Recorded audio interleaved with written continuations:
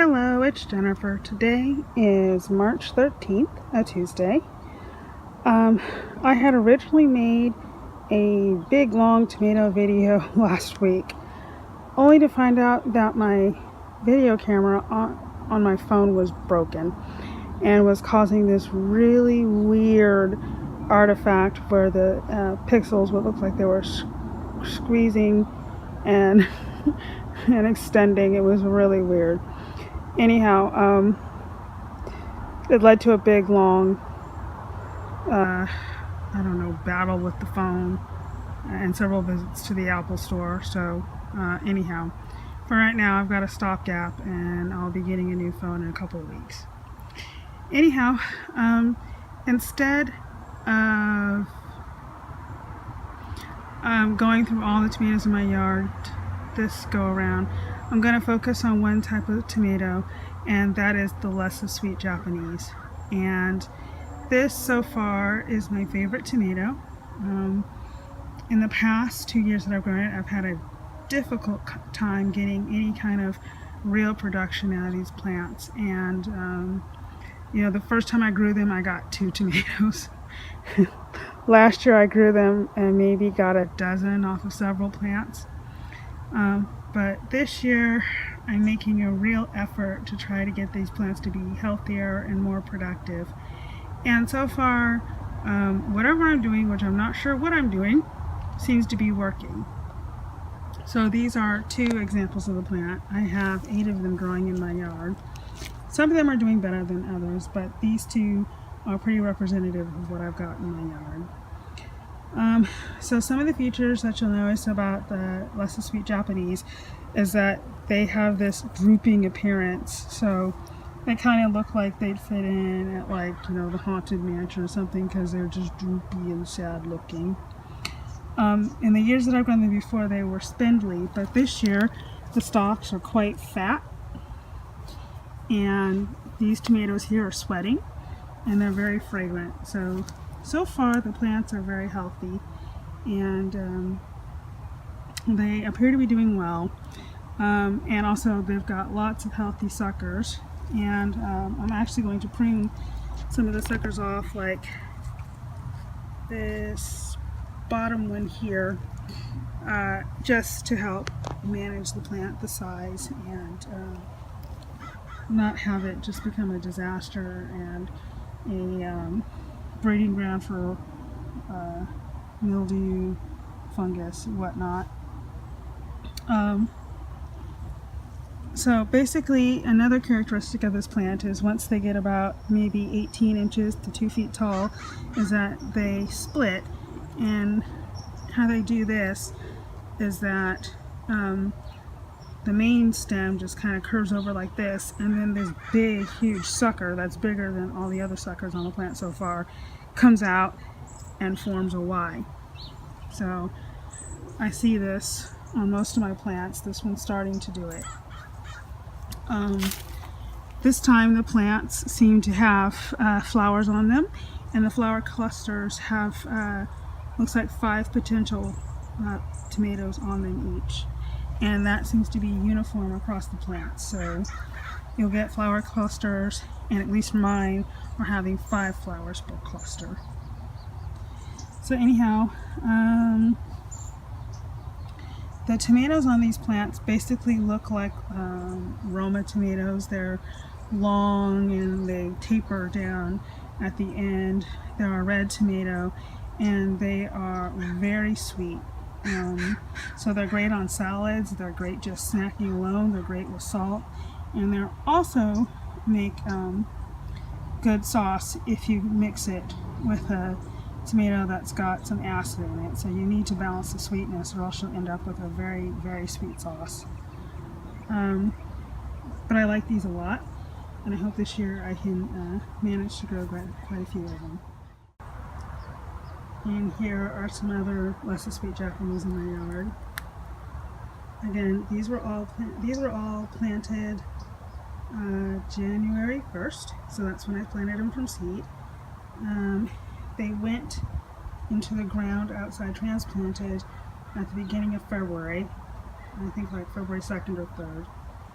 And so this is the progress so far. Again, my plants have never been that healthy. And again, you can see here that Y formed by the main branch going this way, and a big sucker going up like that. So I've been taking notes on the plants about how they grow, the grow patterns, the flowers and everything. So I'm hoping that maybe if I focus a little more on the plants that I can come up with ways to improve my garden and the way that I grow things, or just, you know, being more observant in general. And I think that's all I have to say today about Lots of Sweet Japanese. And we'll talk about some more tomatoes later. Another variety of tomato that I'm growing is the Amish Paste. And this plant has a similar appearance to Lots of Sweet Japanese. And looking on the internet, there's some conflicting images of how the tomato looks. So some images of it make it look exactly like the Lots of Sweet Japanese tomato, and others have it looking more of a round, oblong tomato without that little stinger tail at the end like the Lots of Sweet Japanese. I don't know what to make of that. But anyhow, these seem to be growing quite well. Again, I'll take some of the suckers off the bottom to lighten the plant up, and just for management for me, I'm not cutting all the suckers off the plants. I'm leaving some, basically anything above a foot, I'm leaving them as long as they're not going straight out to the side. The ones that are going straight out to the side I'll probably cut. But the ones that are mostly vertical, I will keep because they tend to stay confined within the cage. So that's how this plant's looking so far. And I look forward to tasting it. And I will make some notes for myself on these plants. It looks like, let me keep focused, that this plant on the cluster has 6 tomatoes. So I will go through and note those differences between the tomato plants.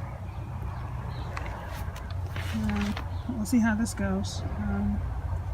It's definitely a more hardier looking plant than the Lots of Sweet Japanese. So we'll see. We'll see comparisons to taste. So far the internet says this one tastes a lot like ketchup. I can tell you the Sweet Japanese one does not taste like ketchup. That one tastes more fruity. So we'll see. So this plant is called Anna's Russian, and it's the first time I'm growing it, along with the Amish Paste. That's also the first time I've been growing that tomato. Anyhow, the Anna's Russian is supposed to be an ox heart type tomato. Here's what the plant looks like. It looks very much to me like a San Marzano, but we'll see. Hopefully I didn't mislabel it.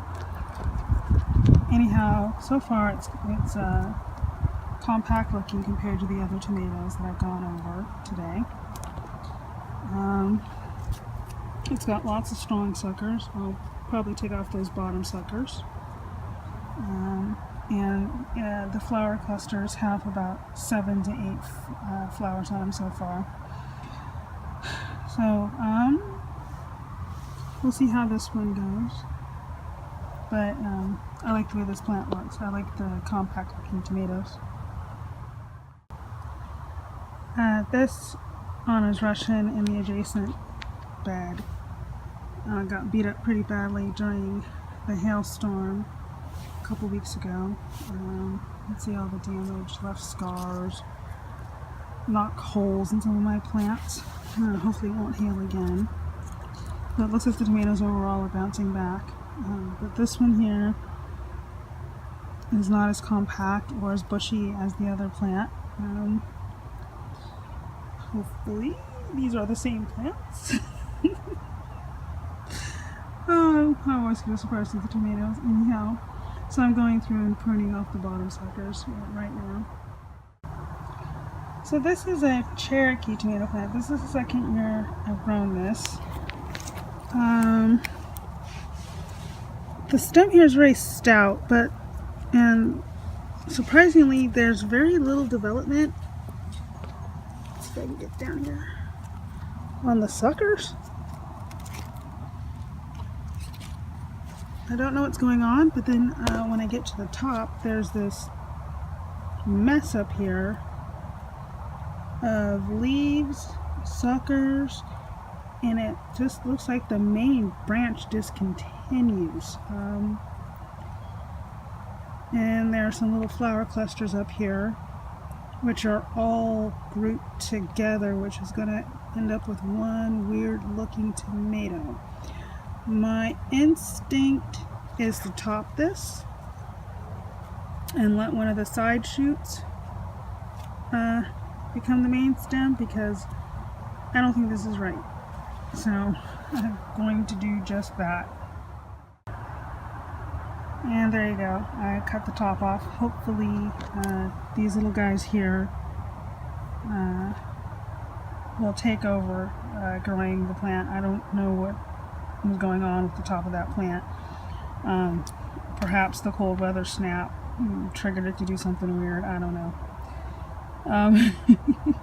But I'll go and take a look at my other Cherokee plants now to make sure something similar didn't happen. This tomato is the chef's pink choice, and it got beat up really bad in the hailstorm. So it looks like it's slowly recovering. I went ahead and planted backup plants just in case the two plants that are already in this bed do not recover. But it started perking up a few days ago, so maybe the rain and the warm water are helping. Warm weather, excuse me, are helping. This tomato is the old-fashioned red. I got these as a free seed sample from Tomato Fest when I bought a bunch of other seeds. This is my third year growing them. I like them very much. The plant itself is very hard to deal with. It has a tendency to shoot out lots and lots of vines, lots of tomatoes, and it kind of self-destructs because it weighs itself down.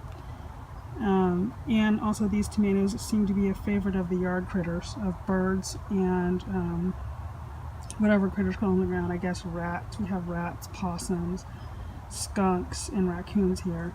And the past two times I've grown these, birds have eaten them, and various little mammals have knocked them on the ground and eaten them as well. So we'll see how this goes. Hopefully I can do some sucker management to keep this plant from going unruly. We'll see. But so far they're looking okay. Again, the hail just tore these up too, so they're recovering. And here's San Marzano. I've planted several of these all over the yard because I do like to make tomato sauce out of them. I love the way this plant looks. It's bushy, it's compact. The tomatoes come in these nice little neat bundles that you can just pluck and have enough tomatoes for sauce. So this one here is growing very well. It's got a flower cluster here, and it looks like there are maybe 1, 2, 3, 4, 5 flowers on that cluster. It has plenty of suckers, which I'll get rid of the ones on the bottom, but I'll leave the ones probably from about here up. I'll just let them be. But those ones on the bottom really cause a problem because they just weigh the plant down, and I find that usually those suckers just fall off the plant later, and it's a big problem. So I'd rather not have any ones close to the ground. Here's another plant, and spinning around here, here's another San Marzano, and there's some more back there. This tomato is called the Black Prince, and These two plants, they look healthy to me. They're sweaty and fragrant. They have lots of suckers on them, very strong suckers. Fortunately, these suckers point almost vertically, so it'll be easier to keep these tomatoes wrangled in their cage. But I will go ahead and remove the bottom suckers, like I have been doing for the other tomatoes. It sounds like this tomato puts out smallish tomatoes that are just above, I guess, salad size. So we'll see how these are. It sounds like these are also very tasty. That's my first time growing these. So far so good. And finally for today, the black Krim. This plant is doing well so far. It looks much healthier than the ones that I've grown before. It got beat up pretty bad with the hailstorm as well. It looks like down here it's split into several lines, so I'll have to wrangle that and decide what I want to do. Anyhow, this plant is very fragrant. It's sweaty. It smells really nice. It's got several flower clusters because there are lots of growing tips. So I will have to wrangle this plant and see if I can get it under control before it goes wacko. And there's another one over here. It's a little bit smaller, but it's also doing well. And that's all for today. There are plenty of other kinds of tomatoes in my backyard. So this year, as usual, I'm trying all types of tomatoes to see which one hubby and I like and which ones do well in my yard. So getting lots of good data so far. Hopefully these tomatoes taste good and won't taste good and bad. But it's always fun to see.